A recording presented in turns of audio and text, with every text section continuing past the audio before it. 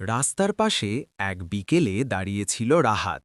আকাশে হালকা মেঘ, বাতাসে একটু শীতলতা। সে প্রতিদিনের মতো বাসের জন্য অপেক্ষা করছিল। ঠিক তখনই পাশেই এসে দাঁড়ালো একটি মেয়ে, নাম তার নীলা। নীল রঙের ওড়না হালকা বাতাসে উড়ছিল, আর তার চোখে ছিল এক অদ্ভুত শান্তি। প্রথমে কেউ কারো সাথে কথা বলেনি, শুধু মাঝে মাঝে একে অপরের দিকে তাকাচ্ছিল।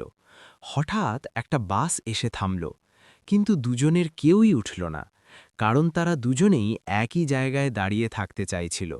কেন জানে না। কিছুক্ষণ পরে নীলা হালকা হেসে বলল, আপনি কি প্রতিদিন এখানেই দাঁড়ান? রাহাত একটু লজ্জা পেয়ে বলল, হ্যাঁ, হয়তো এখন থেকে আরও বেশি দাঁড়াবো। সেই ছোট্ট কথাতেই শুরু হলো তাদের পরিচয়। প্রতিদিন বিকেলে তারা একই রাস্তায় দাঁড়িয়ে গল্প করত, ছোট ছোট কথা, হাসি আর স্বপ্নের গল্প।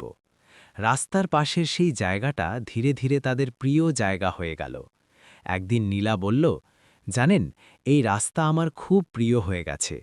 রাহাত মুচকি হেসে বলল, রাস্তার জন্য না, এখানে তোমার জন্যই দাঁড়িয়ে থাকি। নীলা লজ্জা পেয়ে নিচের দিকে তাকালো। সেই মুহূর্তে রাস্তার কোলাহলের মাঝেও তাদের ছোট্ট ভালোবাসার গল্পটা নীরবে শুরু হয়ে গেল।